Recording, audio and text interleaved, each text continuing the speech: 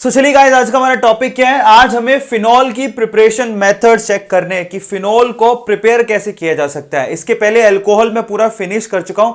I hope आप लोगों ने वो सारे वीडियोस देख लिए होंगे, और अगर नहीं देखे हैं तो प्लीज चैनल को विजिट करो और अल्कोहल के सारे वीडियोस देखो। अब चलते हैं फिनॉल के प्रिपरेशन मेथड पे, तो ध्यान से उसको देखिएगा। सबसे पहला मेथड जो हम लोग कर रहे हैं वो इंडस्ट्रीज में इस्तेमाल होता है। ठीक है, इंडस्ट्रीज में उस मेथड के थ्रू फिनॉल को बनाया जाता है। तो उस मेथड का नाम क्या है, सबसे पहले मैं उसको लिखता हूं, दैट इज डोव्स प्रोसेस। बहुत इंपॉर्टेंट है, डोव्स प्रोसेस। अब देखिए एनसीईआरटी में उस इक्वेशन को तो लिख दिया गया, लेकिन उस प्रोसेस का नाम नहीं लिखा है। अगर आप एनसीईआरटी में ढूंढने जाओगे तो डोव्स प्रोसेस लिखा नहीं मिलेगा, ठीक है, लेकिन वो वही रिएक्शन है, डोव्स प्रोसेस ही है। मैं आपको दिखाता हूं, आप तुरंत पहचान जाओगे। एक्चुअल में डोव्स प्रोसेस में हम लोग क्लोरोबेंजीन के थ्रू क्या बनाते हैं, यहां पर फिनॉल की फॉर्मेशन करते हैं। और ये क्लोरोबेंजीन के थ्रू फिनॉल की फॉर्मेशन का आपको एनसीईआरटी में भी इक्वेशन लिखा मिल जाएगा, लेकिन ना तो उन्होंने प्रोसेस बताया कि कौन सा है, ना उसका मैकेनिज्म। ये दोनों चीजें आज इस वीडियो में आपको देखने को मिलेंगी। आपको प्रोसेस भी देखने को मिलेगा, नाम भी देखने को मिलेगा, मैकेनिज्म भी देखने को मिलेगी। सबको समझ में आ गया? सो चलिए नाम लिखिए। सबसे पहले डोव्स प्रोसेस लिखो। It is an industrial method, ठीक है, इट इज एन इंडस्ट्रियल, ये लिखना जरूरी है, industrial method to prepare, industrial method to prepare, ठीक है, टू प्रिपेयर, ठीक है, टू प्रिपेयर फिनॉल। फिनॉल मतलब AROH, aromatic ring and an OH, AROH।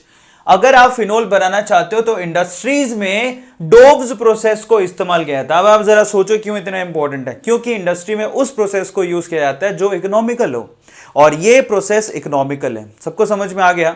सो ये सबसे सस्ता पड़ता है, इसलिए फिनॉल का इंडस्ट्रियल जो प्रोडक्शन है वो इसी के थ्रू होता है। अब यहां पर सबसे पहले मैं इक्वेशन लिखूंगा, ठीक है, फिर मैं आपको उसको याद करने का ट्रिक तो तभी बता दूंगा, फिर मैं आपको मैकेनिज्म बताऊंगा। सबको समझ में आ गया कैसे चलने वाला है? तो देखिए, सबसे पहले तो डोव्स प्रोसेस में आपको लेना होता है क्लोरोबेंजीन, जैसा कि मैंने आपसे कहा, ध्यान से उसको देखना।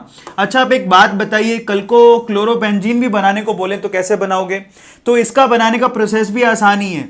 आप क्या लो, यहां पे बेंजीन ले लो, और हमें पता है बेंजीन पे इलेक्ट्रोफिलिक सब्स्टिट्यूशन आसानी से होते हैं क्योंकि ये इलेक्ट्रॉन रिच कंपाउंड है। Benzene ring is electron rich compound, तो कोई भी इलेक्ट्रोफाइल आके इस पे अटैक कर सकता है। तो इलेक्ट्रोफाइल कहां से करोगे? क्लोरोबेंजीन बनानी है तो क्लोरीन लो, लेकिन क्लोरीन अकेले से रिएक्शन तो होनी नहीं। यहां पर आपको एक क्या लेना पड़ेगा, यहां पर आपको लुईस एसिड का इस्तेमाल करना पड़ेगा। इसके लिए आप चाहे Fe ले लो, चाहे आप AlCl3 ले लो। क्लियर होता है? Fe या फिर AlCl3 की प्रेजेंस में क्लोरीन क्लोरोबेंजीन की फॉर्मेशन करती है। सबसे आसान तरीका इंडस्ट्रीज में इस तरह से बेंजीन यहां पर क्लोरीन के साथ रिएक्ट करके क्लोरोबेंजीन बनाता है। अब यहां तक पहुंच गए। अब इसके बाद आपको क्या करना पड़ता है, इसके बाद आपको NaOH से इसकी रिएक्शन करानी होती है। NaOH, ठीक है, NaOH से सोडियम हाइड्रोक्साइड से इसकी रिएक्शन करानी है, लेकिन रिएक्शन के लिए टेम्परेचर और प्रेशर की कंडीशन बहुत ज्यादा क्रिटिकल है, हाई है, ये भी ध्यान रखना पड़ेगा। 673 केल्विन रखा जाता है टेम्परेचर, और प्रेशर की कंडीशन भी बहुत ही गजब है, that is 300 above ATM। Temperature के बाद प्रेशर जरा चेक कर लो, प्रेशर 300 ATM के करीब रखा जाता है।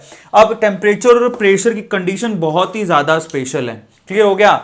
अब यहां पर यह करने के बाद आप NaOH से जब इसकी रिएक्शन कराते हो, यहां पर कई बार फ्यूम भी लिखा होता है, फ्यूमिंग NaOH, फ्यूम से रिएक्शन कराया जाता है। आप ये भी समझ लो, कोई फर्क नहीं पड़ता उससे। सो फाइनली यहां पर होगा क्या, आपको मैं क्लियर कर देता हूं, ध्यान से उसको देखो। देखो, होने को तो OH इसके पास भी है, और ये OH फिर आप क्या करो, NaCl बना और OH को दौड़ा दो यहां पे। ये काम भी कर सकते हो ना, सही है, सीधे सीधे ही बन जाएगा। आपको ना सर Na है, Cl है, मौका है, दस्तूर भी है, NaCl को बाहर निकाल दो, OH को चिपका दो। ज्यादातर टीचर ऐसे ही करते हैं, लेकिन ऐसा होगा नहीं, ध्यान रखिएगा आप लोग। यहां पर NaOH फ्यूम्स की प्रेजेंस में ये टेम्परेचर प्रेशर पे सोडियम फिनोक्साइड की यहां पर क्या होने वाली है, फॉर्मेशन। ये ध्यान रखना, सोडियम फिनोक्साइड का पहले फॉर्मेशन होगा, जिसपे इस पे माइनस और इस पे प्लस होगा, सोडियम फिनोक्साइड बनेगा। तो ये हमारे पास क्लोरोबेंजीन। ध्यान रखिएगा, बहुत बार गलती हो जाती है, टीचर्स अजीब अजीब पढ़ा देते हैं, आपको उस पर गौर नहीं करना है। फ्यूम्स ऑफ NaOH क्लोरोबेंजीन से जब रिएक्ट करेगा तो सोडियम फिनोक्साइड बनेगा।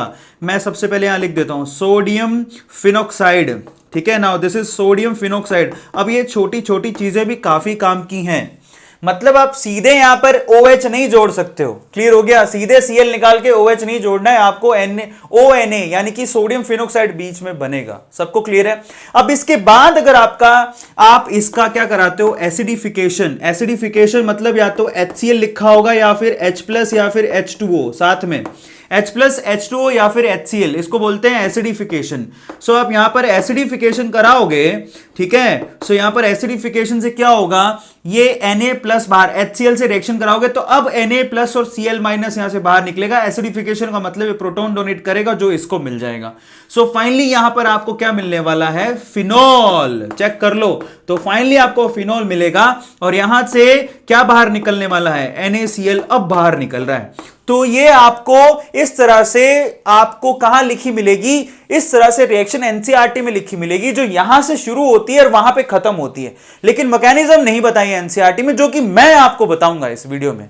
तो डोव्स प्रोसेस जिसकी मैकेनिज्म आपको देखनी चाहिए, जो आपको काम आएगी, लेकिन मैं आपको एक स्टेप और एक्स्ट्रा बता रहा हूं। बेंजीन से अगर क्लोरोबेंजीन बनानी है तो ये इंडस्ट्रियल तरीका है। क्लोरीन से Fe और AlCl3 की प्रेजेंस में यहां पर रिएक्शन कराओ, क्लोरोबेंजीन बनेगा।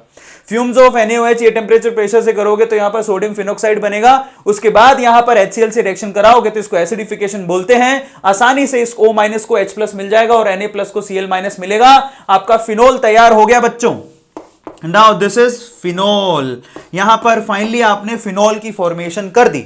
दिखने को तो बहुत आसान लिखता है कि यहां पर बेंजीन से फिनोल की तरफ पहुंच गए आप लोग, दिखाई दे रहा है सब लोगों को, लेकिन यहां पर इसकी जो मैकेनिज्म है वो और भी बहुत इंटरेस्टिंग है। इसलिए मैं आपसे कहूंगा कि मैं यहां पर इसका मैकेनिज्म बताने जा रहा हूं, ठीक है। सो एक बार फिर से देख लो, बेंजीन, क्लोरीन, FeAlCl3 की प्रेजेंस में, Fe या फिर AlCl3 की प्रेजेंस में क्लोरोबेंजीन, क्लोरोबेंजीन NaOH फ्यूम्स की प्रेजेंस में, टेंपरेचर और प्रेशर आपके सामने लिखा है। सोडियम फिनोक्साइड, सोडियम फिनोक्साइड से जब आप HCl से रिएक्शन कराते हो, जिसको एसिडिफिकेशन भी कहते हैं, उससे आपको फिनोल मिलेगा और NaCl बाहर निकल जाएगा। दिख रहा है सब लोगों को। फटाफट से इसका स्क्रीनशॉट लो, क्योंकि अब मैं इसकी मैकेनिज्म बताने जा रहा हूं, जिसमें एक इंटरमीडिएट बनेगा, जिसको जानना आपको बहुत ज्यादा जरूरी है। चलिए इसका स्क्रीनशॉट ले लीजिए, उसके बाद इसका मैकेनिज्म चेक करते हैं। ले लीजिए। सो चलिए गाइस, अब हम लोग डोव्स प्रोसेस के थ्रू क्लोरोबेंजीन से फिनोल कैसे बनता है उसकी मैकेनिज्म को चेक करते हैं। मैकेनिज्म क्यों इंपॉर्टेंट है, क्योंकि इसके अंदर एक इंटरमीडिएट बनेगा जिसके बारे में जानना आप लोगों को बहुत ज्यादा जरूरी है। सो चलो शुरू करते हैं। सबसे पहले तो हमें क्या चाहिए इसके लिए, क्लोरोबेंजीन। तो ये लीजिए क्लोरोबेंजीन मैंने यहां पर बनाया, दिख रहा है सब लोगों को। अभी क्लोरोबेंजीन बेंजीन और क्लोरीन की रिएक्शन से कैसे बनता है वो तो मैं इलेक्ट्रोफिलिक सब्स्टिट्यूशन में 11th क्लास में आपने पढ़ लिया होगा। मैंने वैसे बीच में बहुत सारी वीडियोस बनाई थी, उसमें बताया था, ठीक है। यहां ध्यान से इसको देखिए, क्लोरोबेंजीन लिया। अब हमें पता है कि इस बेंजीन में हर एक कार्बन के पास एक हाइड्रोजन तो होता ही है। मैं यहां पर एक हाइड्रोजन आपको दिखा देता हूं, सब जगह पे ही है। अब यहां पर जरा चेक करिएगा, यहां पर सबसे पहले आप इसकी रिएक्शन किसके साथ कराते हो, NaOH के साथ। ध्यान से उसको देखिएगा, ये ज्यादा एसिडिक है इसलिए इसकी बात कर रहे हैं। ऑर्थो पोजीशन पे आप ये ले लो चाहे यहां का ले लो, क्योंकि यहां पर क्लोरीन जो जुड़ा वो इलेक्ट्रॉन को अपनी तरफ खींच रहा है, तो ये ज्यादा एसिडिक है, तो इसका निकलना आसान है। अब इस NaOH, ये NaOH कैसे काम करेगा, बेस के जैसे। बेस का क्या इंपॉर्टेंस है, क्योंकि वो OH- आयन देता है, और इस OH- आयन को क्या चाहिए, प्रोटॉन। इसको प्रोटॉन से बहुत लगाव होता है, तो इसको प्रोटॉन सामने दिख भी रहा है। ये हाइड्रोजन आसानी से अलग हो सकता है, क्योंकि क्लोरीन जो है ज्यादा इलेक्ट्रोनेगेटिव है, इलेक्ट्रॉन्स को अपनी तरफ खींचता है, तो ज्यादा एसिडिक है, आसानी से यहां पर अलग हो सकता है। तो सबसे पहले तो ये अपने इलेक्ट्रॉन इसको डोनेट करता है, और इसके दोनों, ध्यान से इसको देखिएगा, इसके दोनों के दोनों इलेक्ट्रॉन किधर चले जाते हैं, इस कार्बन के पास।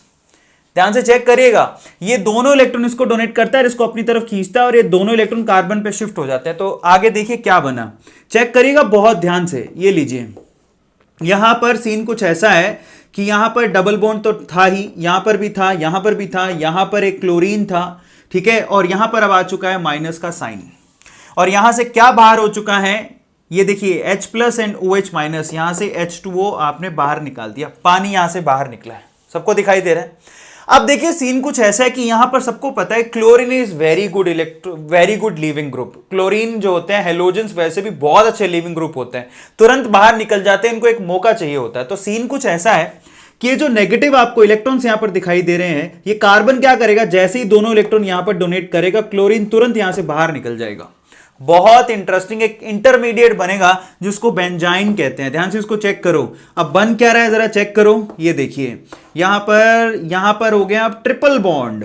चेक करो ट्रिपल बॉन्ड, क्लोरीन यहां से बाहर निकल चुका है। ये ट्रिपल बॉन्ड दिखाई दे रहा सब लोगों को, ये इंटरमीडिएट बना और इसको बेंजाइन कहते हैं। ये इंटरमीडिएट हालांकि अनस्टेबल होता है लेकिन ये बनता है बीच में, इसको बेंजाइन कहा जाता है। बेंजाइन इंटरमीडिएट बीच में फॉर्म हो रहा है। मजेदार बात, पहली बार आपको देखने को मिलेगी carbon to carbon triple bond है। ऐसा कैसे हो गया? कार्बन 3 बॉन्ड तो बना ही सकते हैं ना, कार्बन टू कार्बन 3 बॉन्ड हो सकते हैं क्योंकि इसका हाइड्रोजन इसने पहले ही लूज कर दिया था, सही है, और इसने क्लोरीन लूज कर दिया। तो इसने क्लोरीन लूज करा, इसने हाइड्रोजन, तो बीच में इन दोनों ने मिलकर एक बॉन्ड बना लिया। तो यहां पर बेंजाइन की फॉर्मेशन हो गई। सबको समझ में आ रहा है? अब सीन कुछ ऐसा है, हालांकि है तो ये अनस्टेबल ही दिखाई दे रहा है सब लोगों को। अब देखिए आगे का सीन क्या है। अब हमें पता है कि यहां पर आपने NaOH डाल के रखा है तो NaOH एक्सिस में होगा। इसकी पहली यूनिट आपने इस्तेमाल कर ली, अब इसकी दूसरी यूनिट आएगी पिक्चर में। NaOH की दूसरी यूनिट, इसका काम क्या होता है? OH माइनस आयन देना। सबको समझ में आता है? OH माइनस आयन देना। उस केस में क्या होगा जरा चेक करो। ये दोनों के दोनों इलेक्ट्रॉन वापस इस कार्बन पे शिफ्ट होंगे। अगर दोनों इलेक्ट्रॉन यहां पर शिफ्ट हुए तो इस कार्बन पे क्या आएगा? पॉजिटिव। तो ये नेगेटिव वाला कहां जाएगा? इसको अटैक करेगा और यहां जुड़ जाएगा।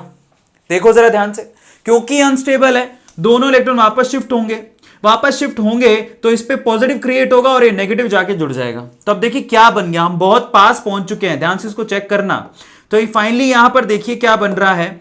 यहां पर OH आके जुड़ चुका है, यहां पर बॉन्ड वापस से क्रिएट इस तरह से हो गया है, यहां पर आ गया है नेगेटिव का साइन, दिख रहा है सब लोगों को, और यहां पर एक बॉन्ड और यहां पर आपका फिर से एक बॉन्ड। अब बड़े ध्यान से इसको चेक करिएगा। OH यहां पर आ तो चुका है लेकिन इस OH में से इस हाइड्रोजन को थोड़ा मैं बाहर दिखाता हूं। अब क्या होगा? यहां पर प्रोटॉन ट्रांसफर होगा। ध्यान से इसको चेक करना, प्रोटॉन ट्रांसफर होगा। प्रोटॉन ट्रांसफर होके क्या बनता है जरा चेक करना। प्रोटॉन ट्रांसफर कैसे? इस पे है नेगेटिव का साइन और यहां पर ये एसिडिक हाइड्रोजन है। सबसे पहले तो दोनों इलेक्ट्रॉन इस ऑक्सीजन पे शिफ्ट होंगे और ये हाइड्रोजन किधर जाएगा? इस नेगेटिव के पास, या फिर इस नेगेटिव से इलेक्ट्रॉन इसको मिलेंगे और ये हाइड्रोजन इसके साथ जाके चिपक जाएगा। मतलब जो हाइड्रोजन हटा था वो वापस इस कार्बन को मिल गया। दिखाई दे रहा है? और जरा चेक करा यहां पर क्या बन गया? फिनोक्साइड आयन बन गया। चेक करना ध्यान से। ये देखिए दोबारा समझा देता हूं। देखिए ये एसिडिक हाइड्रोजन है, ये नेगेटिव अगर इसको इलेक्ट्रॉन देगा तो ये जाके इसके साथ बॉन्ड बनाएगा और ये दोनों इलेक्ट्रॉन यहां शिफ्ट हो जाएंगे। तो चेक करना, यहां पर O पे आ गया है जी माइनस, दिखाई दे रहा है? फिनोक्साइड आयन बनेगा। यहां पर इसको वापस इसका हाइड्रोजन मिल गया जो उसने खो दिया था। ये देखो वापस मिल गया उसको, दिखाई दे रहा है?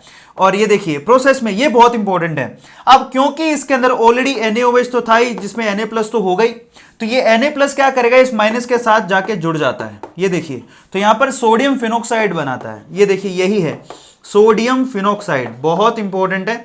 सोडियम फिनोक्साइड बन गया, दिखाई दे रहा है सब लोगों को? अब देखिए मैंने आपसे कहा था, मैंने कहां से शुरू किया था पता है? मैंने यहां, ये A था हमारे लिए जो मैंने सीधे लिखा था NCERT में, ये B है, उसके बाद आपका कुछ नहीं है, सीधे सीधे आपको क्या करना है? एसिडिफिकेशन, जिसमें HCl की पिक्चर आएगी। HCl से रिएक्शन जब आप इसकी कराओगे तो इसको एसिडिफिकेशन बोलते हैं। क्या कहते हैं? एसिडिफिकेशन। अब एसिडिफिकेशन में तो कुछ है ही नहीं, क्या होगा?